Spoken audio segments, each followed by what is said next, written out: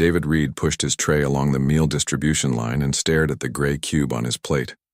According to the digital display, this cube contained all the nutrients his human body needed for the day. It even had the exact flavors of roasted chicken programmed into its molecular structure. He picked it up and bit into it. The taste was there, technically correct, but something felt wrong. It was like eating a memory of food rather than actual food. Around him, students from 12 different species collected their own nutritional cubes. They seemed perfectly happy with their meals. Petra, his classmate from the silicate species, hummed a pleasant frequency as her crystalline fingers broke apart her mineral cube. Next to her, Moth from the Hiver colony clicked his mandibles with satisfaction.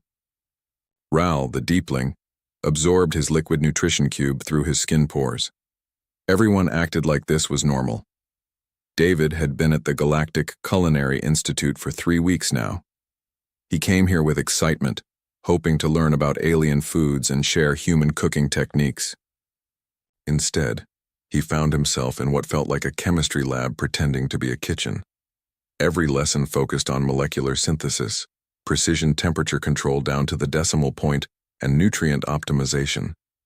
Nobody actually cooked anything. They programmed machines to assemble food at the atomic level.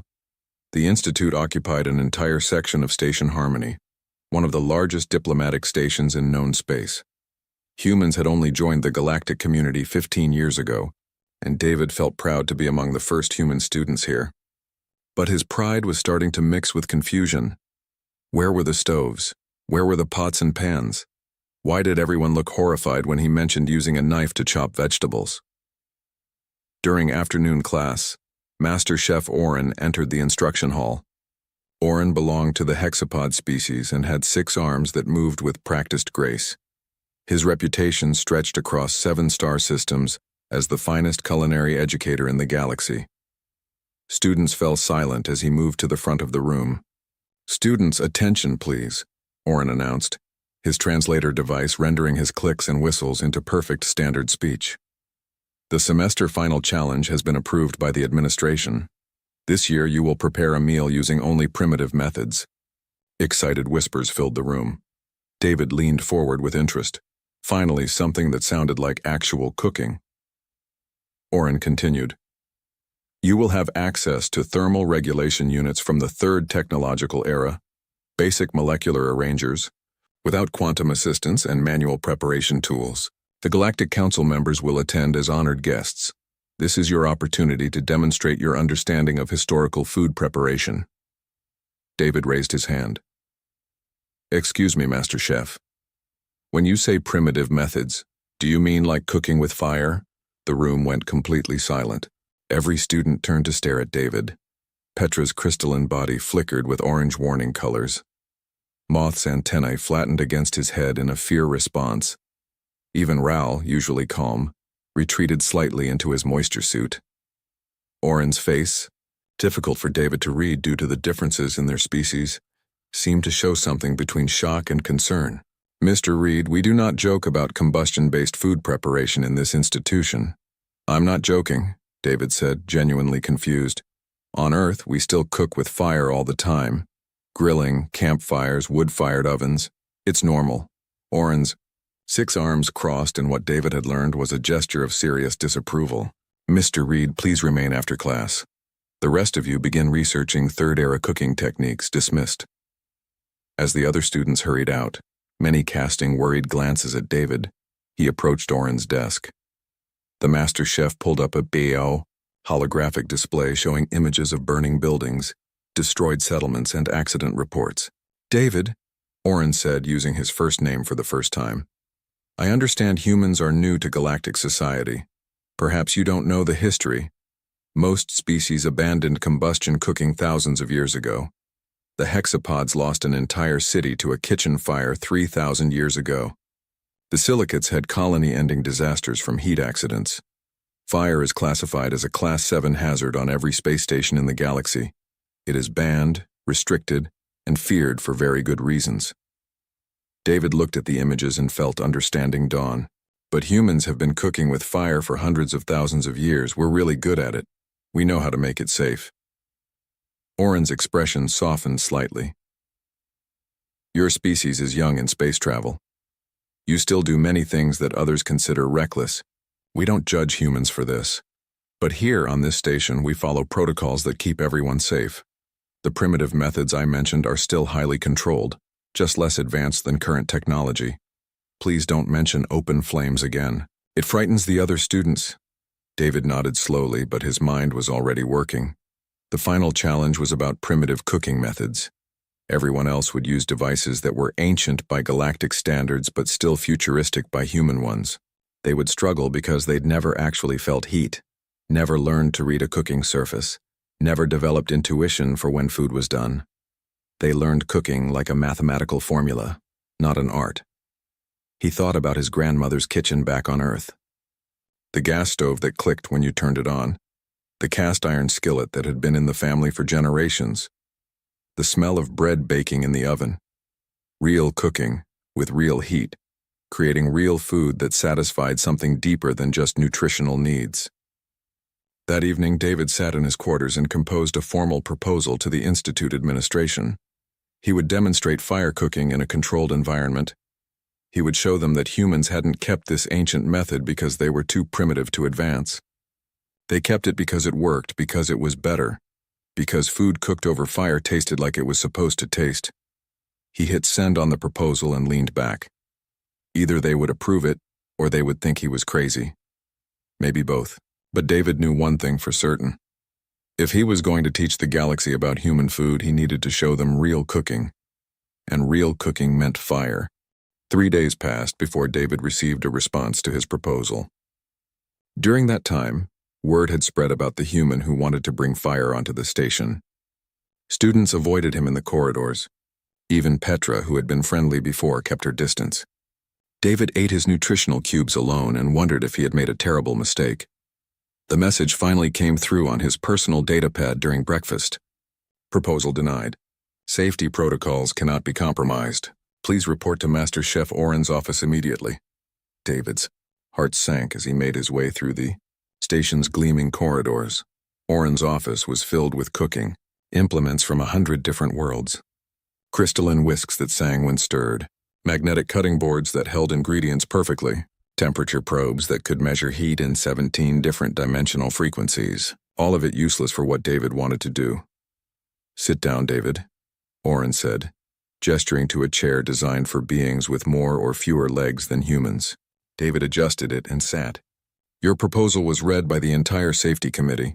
3 members recommended you be expelled from the program. David started to protest, but Oren raised 2 of his 6 hands.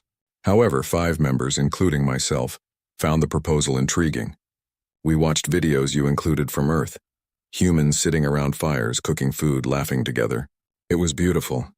It was also terrifying. Master Chef, I promise it's safe when done properly, David said. Humans do this every day. We have it in our parks, our backyards, our beaches. Kids learn fire safety in school. It's part of our culture. Oren pulled up a holographic display. It showed a disaster report from the Hiver homeworld, dated almost 2,000 years ago. The Hivers once used thermal cooking. A single spark reached their papery nesting structures. 40,000 individuals died in 3 hours. This is why Moth fears fire instinctively. His species' genetic memory carries that trauma. More images appeared. Silicate colonies cracked by thermal shock. Deepling settlements where heat dried their moisture barriers. Hexapod cities where uncontrolled flames spread through connected buildings. Each disaster was meticulously documented. Each loss of life carefully recorded. Every species here has reasons to fear fire, Oren continued. And then humans arrive, treating it like a friendly pet. Do you understand why this seems insane to us? David looked at the images and felt the weight of all that history. But he also thought about his own species' history. Master Chef, humans have disasters too. We've burned forests, destroyed cities, hurt ourselves learning. But we didn't abandon fire.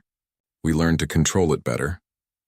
We developed safety measures, building codes, fire departments. We made it part of our lives safely because the benefits were worth the effort. Oren was quiet for a long moment. His 6 arms moved in patterns that David had learned meant deep thinking. Finally, he spoke. The Galactic Council representatives heard about your proposal. They're curious. Against my better judgment and with severe restrictions, you have permission for 1 demonstration. David felt excitement surge through him. Really, thank you. I won't let you down. Wait, Oren said firmly. Listen to the conditions. You will work in Testing Bay 7, which is designed for hazardous material experiments. The bay has automatic fire suppression systems every 2 meters. Observers will remain behind barrier shields. Medical teams will be on standby. Station security will monitor everything. At the first sign of danger, the demonstration ends and you will be removed from the program. Do you accept these terms? I accept, David said without hesitation. One more thing, Oren added. This is not just about cooking anymore. The council wants to understand human risk tolerance. They want to see if humans can truly control what others fear. You're not just representing yourself or this institute. You're representing your entire species. The galaxy will be watching. The weight of that responsibility settled on David's shoulders, but he nodded. When can I start preparing? You have 5 days. Submit a list of everything you need. Nothing explosive, nothing toxic, nothing that could breach station hull. The demonstration will occur during the final challenge ceremony. All students and staff will observe. David spent the next 2 days planning every detail. He wrote procedures for fire safety that would satisfy even the most nervous alien administrator. He researched which Earth ingredients could safely pass station biosecurity. He designed a traditional fire pit that would work in the testing bay's contained environment. His fellow students watched him with a mixture of awe and horror. Moth approached him in the library, antennae twitching nervously. David, is it true? You're really going to make fire inside the station? Yes, David confirmed. Want to watch? Moth's compound eyes reflected the library lights in rainbow patterns. I'm terrified, but also curious. Hivers are taught from hatching that fire means death. Yet you seem so calm about it. How? David thought about how to explain. My species grew up with fire. We sat around it for warmth on cold nights. We cooked our food over it. We used it for light before we had electricity. It's not our enemy. It's a tool we learned to use carefully. But don't you fear it? Moth asked. I respect it, David said. That's different. I know fire can hurt me if I'm careless, so I'm not careless.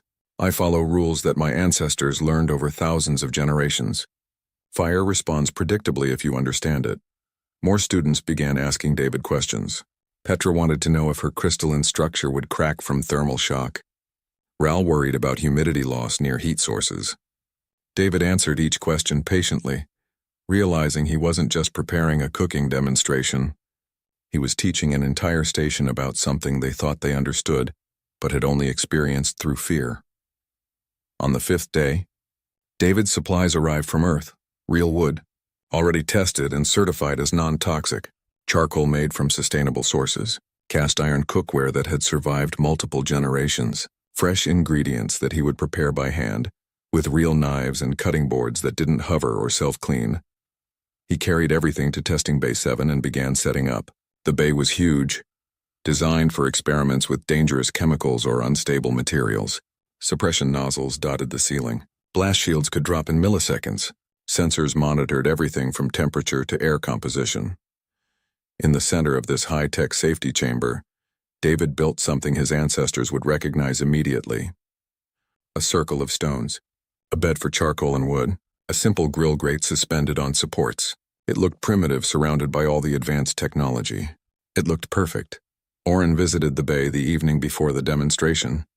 He walked around David's setup, his 6 arms touching the stones, examining the wood, studying the arrangement. So simple, Oren said quietly. The best things usually are, David replied. Are you nervous? Honestly? Yes, but also excited. Food cooked over fire tastes better than anything a synthesizer can make. Once people try it, they'll understand. Oren nodded slowly. I hope you're right, David, I truly do. Because if this goes wrong, it won't just end your time here. It might set back human integration into the galaxy by decades. David looked at the fire pit he had built and thought about all the humans throughout history who had sat beside similar fires. They had survived. They had thrived. They had created civilization in the glow of controlled flame.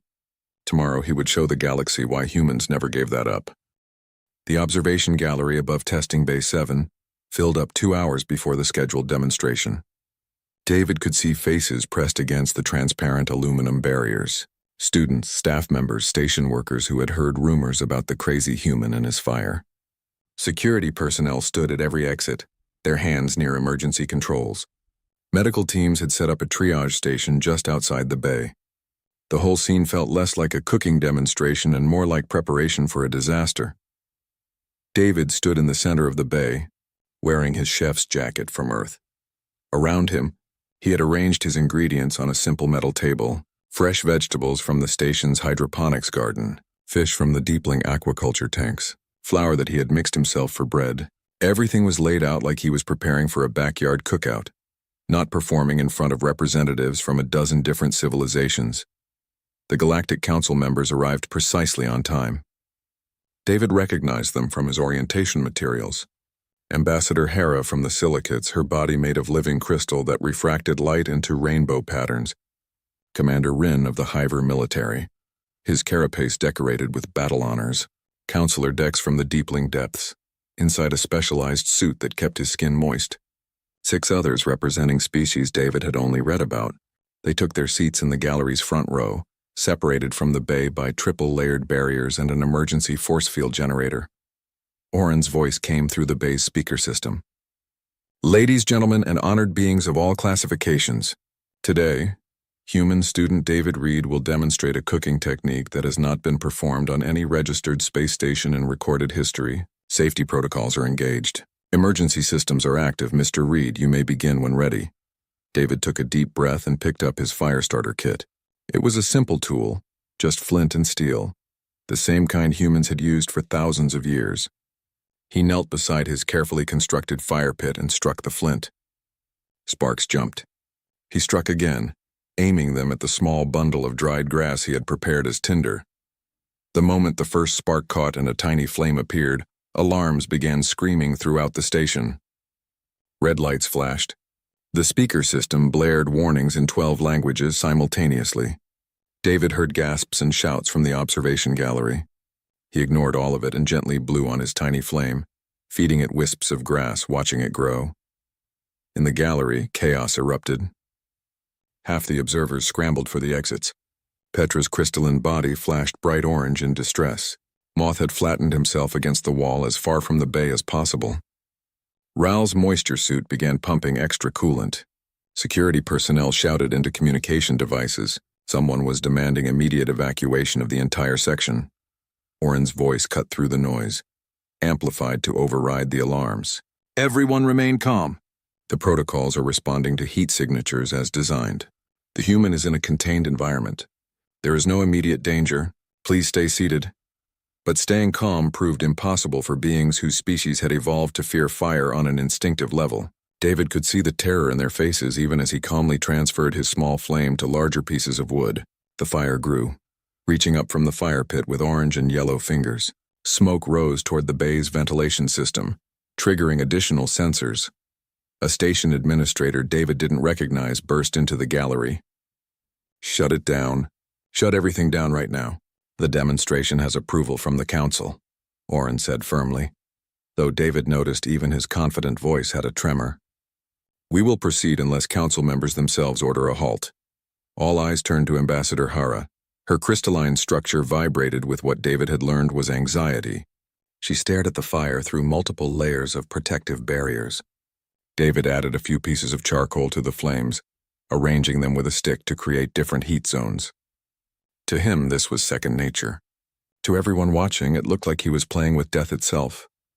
"I've reviewed the human safety data," Hera said slowly, her voice like wind chimes in a storm. "Statistically, they perform this activity billions of times annually with minimal incident. I am frightened, but I am also curious. Let him continue." The administrator looked like he wanted to argue but simply nodded and stepped back. The alarms, mercifully, were silenced, though the warning lights continued their red pulse. David glanced up at the gallery and offered a small wave, trying to show how relaxed he felt. This probably wasn't reassuring given that everyone else saw him standing next to what they considered a bomb. He let the fire burn down until the charcoal glowed with perfect, even heat. While it settled, he prepared his ingredients. He cut vegetables into pieces, seasoned the fish with herbs, mixed water into his flour to form rough dough. His movements were practiced and calm. This was just cooking. This was what humans did. Moth's voice came through the speaker system, quiet but audible. "He's not afraid. Look at him. He's not afraid at all." Humans feel fear differently about certain things, Oren explained to the gallery, taking on a teaching tone despite his own nervousness. Their species has integrated fire into their development. Notice his posture. He's relaxed. His breathing is steady. He positions himself carefully but without panic. This is learned behavior refined over evolutionary time. David placed a flat stone on the edge of his fire pit to heat it for bread. He arranged vegetable skewers on the grill grate. The fish he wrapped in large leaves and placed directly on the coals.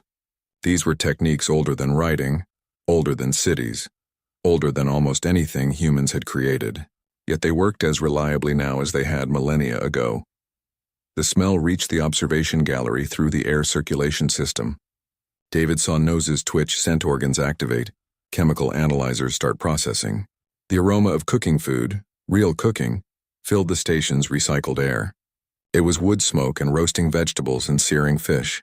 It was complexity that no synthesizer could replicate because it came from controlled chaos, from organic processes happening in real time. Petra's orange distress color faded slightly. What is that smell? My sensors are detecting thousands of new chemical compounds forming. That's cooking, David called up to the gallery. His voice echoed slightly in the large bay. Real cooking. Organic materials transforming through heat and time. You can't program this in advance because every fire is different. Every piece of food is unique. You have to feel it, adjust it, respond to what's happening. He turned a skewer, checking the char marks on the vegetables. Perfect. He shifted the fish package with a stick, judging its position by the smell and sizzle. The bread dough went onto his hot stone, where it began to puff and brown. Every movement was deliberate but fluid, a dance humans had been doing since they lived in caves. Commander Rin leaned forward in his seat, antennae extended fully toward the bay. It's not random chaos. There's pattern to his movements. Decision trees. He's reading the fire's behavior and responding. Exactly, Oren said, and David could hear the wonder creeping into his teacher's voice. He's not fighting the fire or fearing it. He's partnering with it. This is what we lost when we moved to pure synthesis. This relationship between cook and heat. The security personnel had relaxed slightly. The medical teams looked less tense. Even the administrator who had wanted to shut everything down was watching with reluctant fascination. David smiled to himself as he worked. The hardest part wasn't the cooking. It was getting everyone to stay calm long enough to see that fire, treated with knowledge and respect, was a friend humans had known for a very long time. David moved around the fire pit like a musician playing an instrument he had practiced with his whole life. He flipped the vegetable skewers at exactly the right moment, achieving those perfect grill marks that added both flavor and texture. The fish package he rotated carefully, using 2 sticks as makeshift tongs. The bread puffed up beautifully on the hot stone, its surface browning with spots that would taste slightly crisp and smoky. In the observation gallery, the initial panic had transformed into something else entirely. Fascination, maybe, or confusion about why this terrifying process looked so ordinary in the human's hands. David could see students taking notes, council members leaning forward. Even the security personnel were watching the food rather than monitoring their emergency systems. The monitoring equipment told a story that made no sense to anyone except David. Temperature. Readings spiked and dropped. Heat distribution changed constantly. Smoke composition varied by the second. By galactic standards, this should have been a disaster of uncontrolled variables. But David knew better. These weren't chaotic accidents. They were the natural behavior of fire, and he was simply reading what the fire was telling him. He pulled the fish from the coals and unwrapped the leaves carefully. Steam rose, carrying smells of lemon, herbs, and perfectly cooked seafood. The leaves had charred on the outside but protected the fish inside, keeping it moist while infusing it with flavor. He placed it on a clean plate and moved to check his bread. Fascinating. Counselor Dex's watery voice bubbled through his translator. The human is using the fire's natural variation as part of the cooking process, not fighting against it. Our species would never accept such unpredictability. That's why your food tastes like nothing, David wanted to say, but he kept focused on his work. Words could come later. Right now, he needed to let his cooking speak for itself. He removed the bread from the stone and immediately brushed it with a mixture of oil and crushed garlic. The bread was rustic, rough-edged, with a crust that had dark spots from direct contact with hot stone. It looked nothing like the perfect geometric shapes that came from synthesizers. It looked like real bread. It smelled like heaven. The vegetables came off the grill next. Bell peppers with blackened skin that would peel away to reveal sweet, smoky flesh underneath. Squash that had caramelized edges. Mushrooms that had absorbed smoke and concentrated their flavor. David arranged everything on plates with simple efficiency. This wasn't fancy restaurant plating.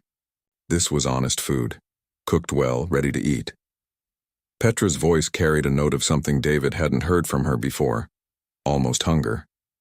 The molecular complexity is extraordinary. My sensors are overwhelmed. How is this possible without computational assistance?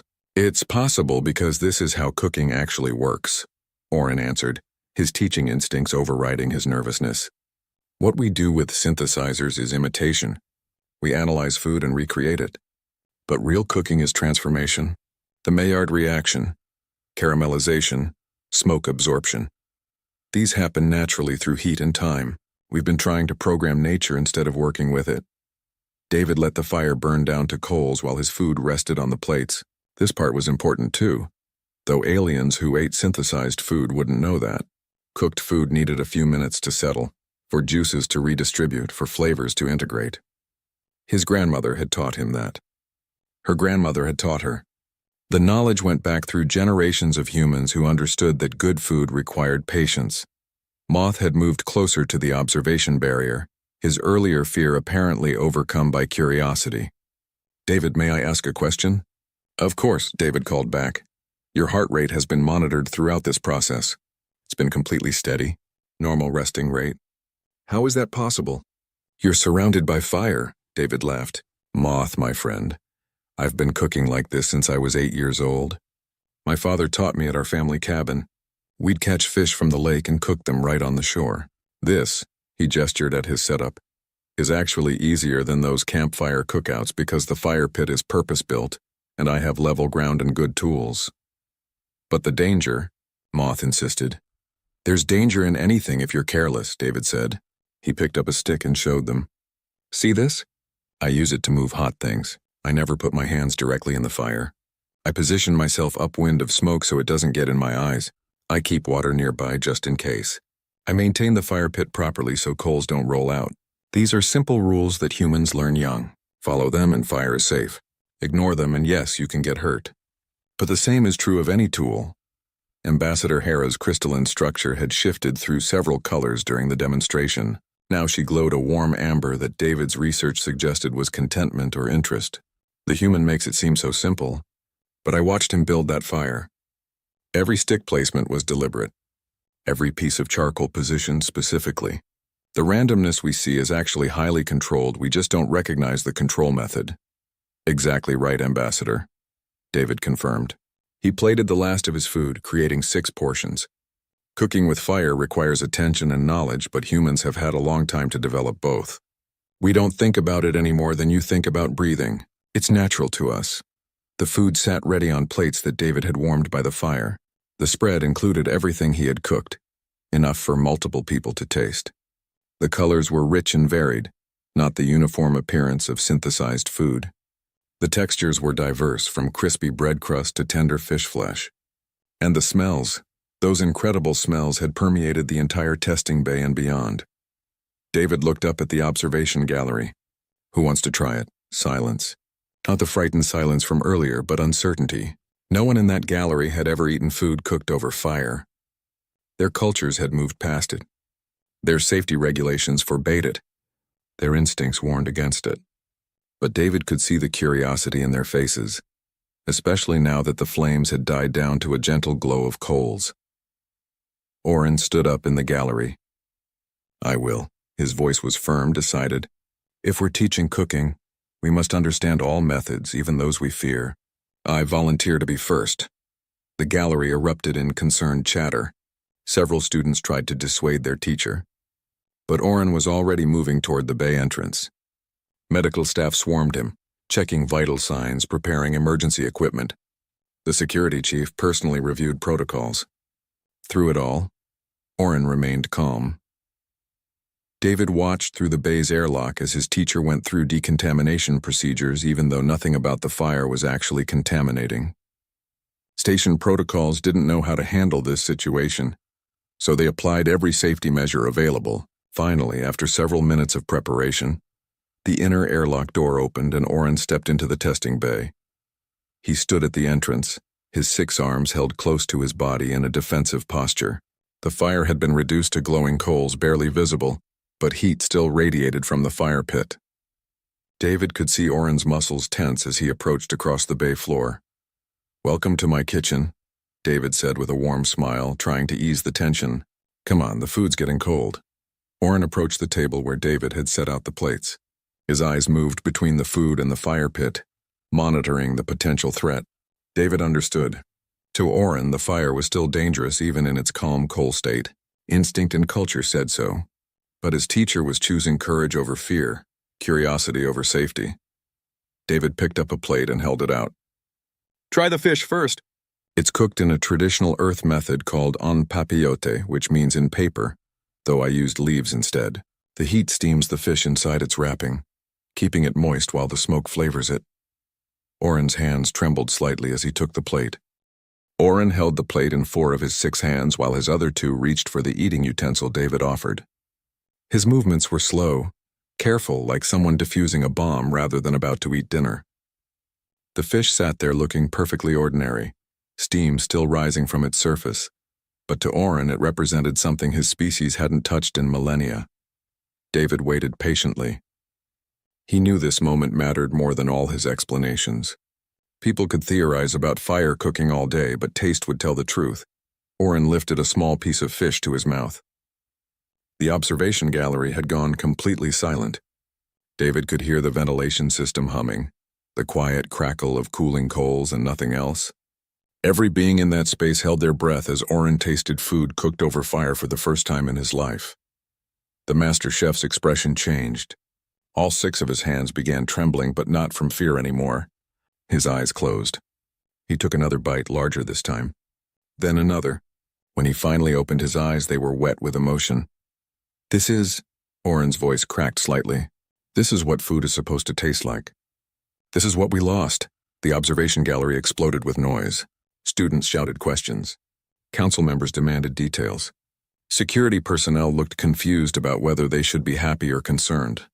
Oren ignored all of it, taking another bite of the fish with something approaching reverence on his face.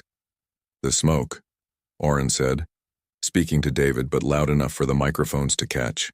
"It adds dimension, layer upon layer of flavor, and the texture.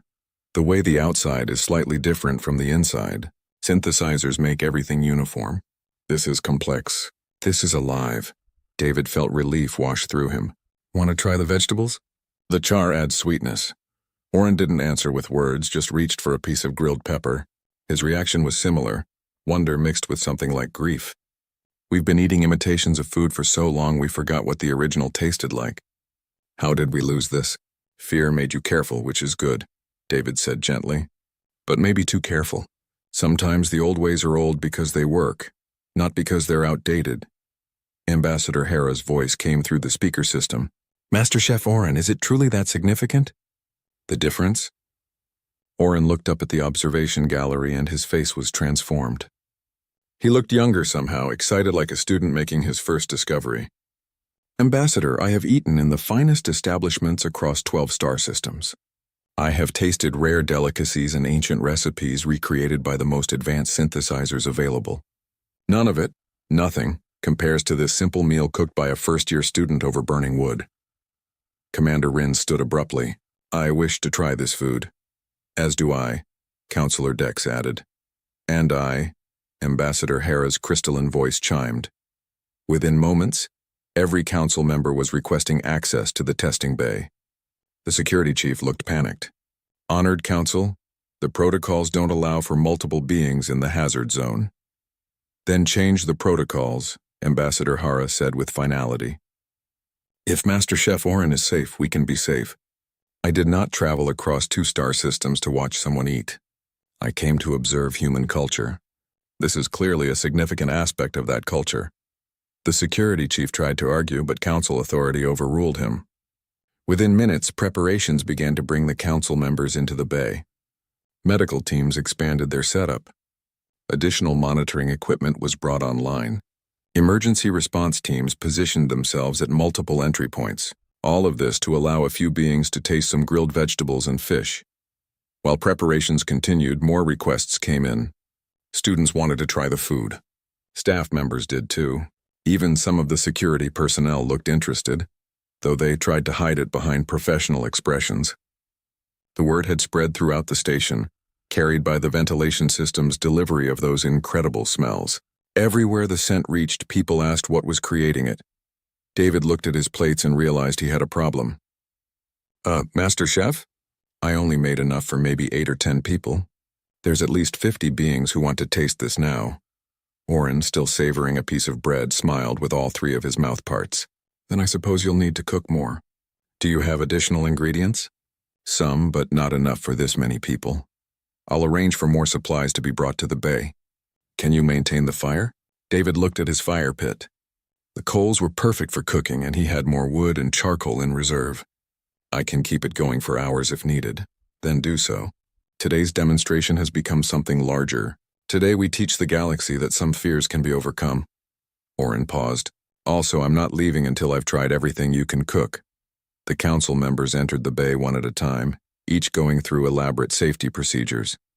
Ambassador Hara came first, her crystalline body refracting the light from the coals into rainbow patterns on the bay's walls.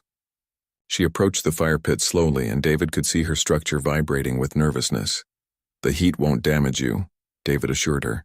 Your species is silicon-based, right? Silicon has a very high melting point. You're actually more heat-resistant than I am. Hera seemed surprised by this. We've avoided heat for so long, I had forgotten our physical properties. You're correct. Intellectually, I know I'm safe. But instinct is powerful. Instinct kept your people alive, David said. Never apologize for that. But maybe today instinct can learn something new. He handed her a plate with vegetables and bread. She manipulated the food with delicate crystal fingers, examining it from multiple angles before finally tasting it. Her entire body flashed through a spectrum of colors, settling on a warm golden glow. Extraordinary. The molecular transformation from heat creates flavors that shouldn't exist according to our synthesis models. How do you capture this? How do you program for these variables? You don't program them, David explained. You feel them. You learn to read the fire, understand the food, pay attention to what's happening. Every meal is unique because you're working with natural processes, not following a strict formula. One by one, the council members came through.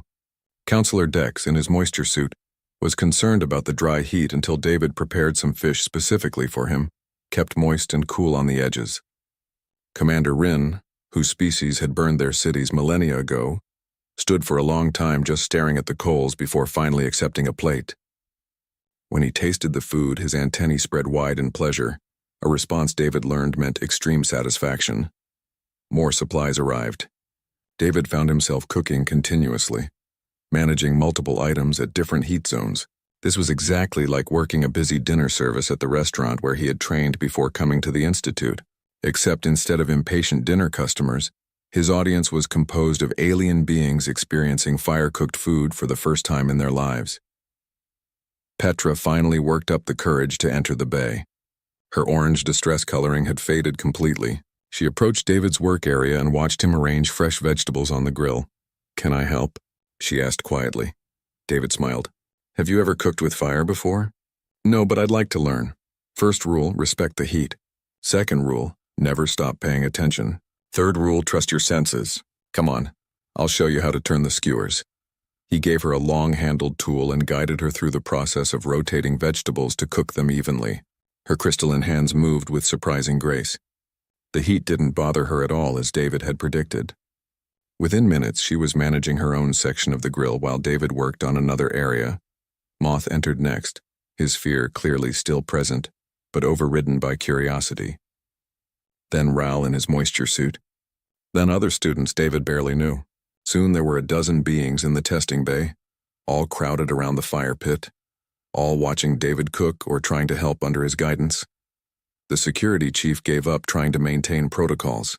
The medical teams looked bored. The emergency systems remained on standby but unused. What had started as a terrifying demonstration had become something else entirely. It had become a party, A gathering, a moment of shared discovery. David looked around at all the different species working together around his simple fire pit. This was what he had hoped for when he proposed the demonstration, though he never imagined it would grow so large. He caught Oren's eye across the bay. His teacher was showing a group of students how to judge doneness by smell rather than instruments. The master chef looked happier than David had ever seen him. "More food," someone called from the observation gallery. "We want to try it too." Testing Bay 7 had become something it was never designed to be. Instead of a sterile environment for dangerous experiments, it now looked like a festival ground. Beings from a dozen species crowded around David's fire pit, some cooking under his guidance, others waiting to taste what came off the grill. The observation gallery had emptied as everyone found reasons to enter the bay. Security had stopped trying to manage the chaos and simply joined in. David worked at the center of it all, directing traffic around the fire pit like a conductor leading an orchestra. He showed Petra how to achieve perfect grill marks. He taught Moth that his species' natural ability to sense chemical changes made him excellent at judging doneness. He helped Ral adapt recipes for his species' different nutritional needs. The fear that had dominated the early demonstration had evaporated completely, replaced by excitement and hunger. Supplies kept arriving from the station's food storage. David had requested basic ingredients, but the staff kept bringing more. Vegetables from hydroponics, proteins from various alien farming methods, spices and herbs from a dozen worlds. Some ingredients David recognized, others were completely foreign.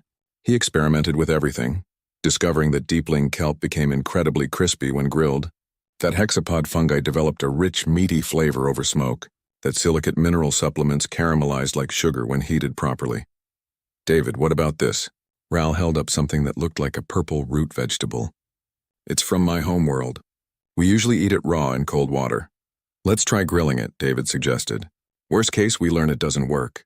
Best case, we discover something amazing." They sliced the root and placed it on the grill. After a few minutes, it developed a golden crust, and its smell changed from watery and bland to sweet and complex. Ral tasted it cautiously. Then his eyes widened in his moisture suit. "I've eaten this vegetable my entire life and never knew it could taste like this," Ral said with wonder in his voice. "The heat brings out flavors that don't exist when it's raw." Word of that discovery spread quickly. Soon other species were bringing ingredients from their homeworlds, eager to see how fire would transform them. Each success felt like a small revelation. Each discovery proved that fire cooking wasn't just a human technique. It was a universal tool that had applications across all of galactic civilization. Ambassador Hera stood near the fire pit, her crystalline structure now glowing with contentment rather than fear. She had removed most of her protective gear after realizing the heat wouldn't damage her. Now she helped David manage the coals, her precise control letting her arrange them with perfect accuracy. "Ambassador, I have to admit I didn't expect this," David said as he worked alongside her. "I thought I'd cook a meal, people would taste it, and that would be the end." "You underestimated the power of good food," Hera replied. "But more than that, you showed us something we had forgotten. Our species became so focused on safety that we eliminated risk entirely. We thought we were being wise. Instead, we were limiting ourselves." Commander Rin approached with a plate of what he had cooked himself, grilled proteins with char marks that looked almost artistic. "David, taste this." "Tell me if I did it correctly." David tried the food and nodded with approval. "Perfect. See how the outside is crispy but the inside is still tender. That's exactly what you want." The commander's antennae vibrated with pride. "My ancestors would be ashamed that I feared fire. They used it daily before our cities burned. Perhaps it's time the hivers remembered how to work with heat safely, rather than avoiding it entirely." Oren moved through the crowd with 6 plates balanced in his arms, distributing food to those waiting to eat. He had completely abandoned his role as formal instructor, and now acted more like an enthusiastic student. David caught his eye and smiled. His teacher smiled back, and in that moment David knew everything had changed. The smell of cooking food had spread throughout the entire station by now. The ventilation system had carried it to every deck, every corridor, every living space. People who hadn't been anywhere near testing Bay 7 were suddenly appearing in the area, following their noses and their curiosity. Station administration had given up trying to control the situation. This had become an event, spontaneous and joyful. Someone brought music equipment, Soft melodies from various homeworlds began playing. A silicate student started a traditional dance near the fire pit, her crystalline body reflecting the firelight in beautiful patterns. Others joined in, creating an impromptu celebration that mixed cultures and species in ways that rarely happened on the usually formal station. David found a moment to sit down on one of the equipment crates. Just watching the scene he had created, Moth sat beside him, mandibles clicking softly, and what David had learned was contentment. "You changed something today," Moth said quietly. "Something bigger than cooking." "I just made dinner," David replied, though he knew Moth was right. "No, you showed us that fear can be overcome with knowledge, that old ways aren't always inferior to new ways, that humans kept fire cooking not because they were too primitive to advance, but because they understood its value." Moth paused. "My species has feared fire for 2,000 years. Today I cooked with it. That fear is genetic, coded into my very cells, but I still did it. Because you showed me how." David felt emotion tighten his throat. "That means a lot, Moth, thank you." More students approached, asking questions about fire safety, about cooking techniques, about how to set up fire pits on their own worlds. David answered each question patiently. He had come to the Galactic Culinary Institute to learn, but instead, he had become a teacher in ways he never expected. As evening shifted into night by the station's artificial day cycle, the feast continued. The fire pit burned steady and warm, maintained now by multiple hands who had learned to read it and respond to it. Food kept coming off the grill. People kept eating, kept talking, kept laughing across species barriers that had seemed solid just hours before. Counselor Dex approached David with what passed for a smile on his aquatic features. "Mr. Reed, the council has discussed your demonstration. We have a proposal." David stood, suddenly nervous again. "A proposal?" "We want to establish fire cooking as an official course at the Institute. Not as a historical curiosity, but as a legitimate culinary technique. We want proper facilities built, not hazard bays. We want students from all species to have the opportunity to learn what you've shown us today." Dex paused. "We want you to be the instructor." David felt his mind go blank for a moment. "Me? But I'm just a first-year student." "You're a human who understands fire the way most species understand water or air," Ambassador Hera said, joining the conversation. "You have knowledge that the galaxy needs. Will you teach us?" David looked around the testing bay. At Petra, carefully turning vegetable skewers with newfound confidence. At Moth, teaching other students about judging doneness by chemical scent.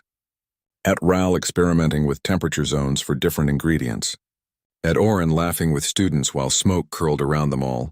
At dozens of beings from dozens of worlds gathered around a simple fire, sharing food and joy. "Yes," David said. "I'll teach you. All of you." The announcement was met with cheers. Someone started playing music with a faster beat. The celebration grew louder, more energetic. David found himself pulled into dances he didn't know, taught steps by aliens whose legs bent in different directions than his. It didn't matter. Nothing mattered except this moment of connection.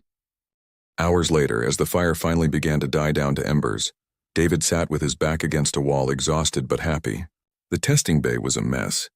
Cooking equipment scattered everywhere. Empty plates stacked haphazardly. The smell of smoke and food and too many beings in one space.